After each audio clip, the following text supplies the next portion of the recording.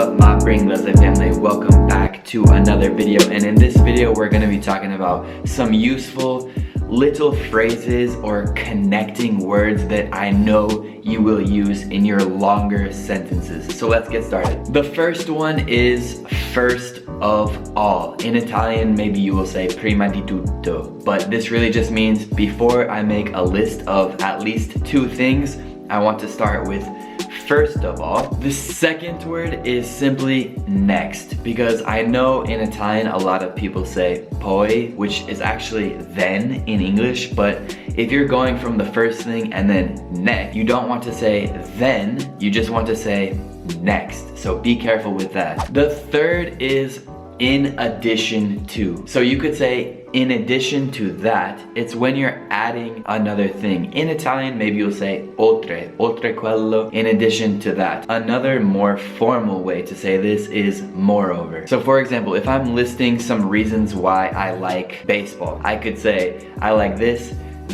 and moreover something something something. So you add that other thing with in addition to or moreover. The next phrase is so that. So that in Italian is affinché or così che. So you do something so that you can have this. Sometimes the simplest way to say this is just using the word to. For example, I study German to speak with German people. But another way to say this is I study German so that I can speak with German people. Another super useful word is whereas. Whereas means in contrast to or while. So let's make an example. I love meat, whereas my sister, she's vegetarian. I love meat, whereas my sister is a vegetarian. So on the other hand, or on the contrary, another way to say that is whereas. The next word is however. So if you say something and then you want to say despite that, tuttavia this, you can use however. It's kind of like an advanced formal version of but. For example, you could say I really love California. However, I won't go there this year. And the last word is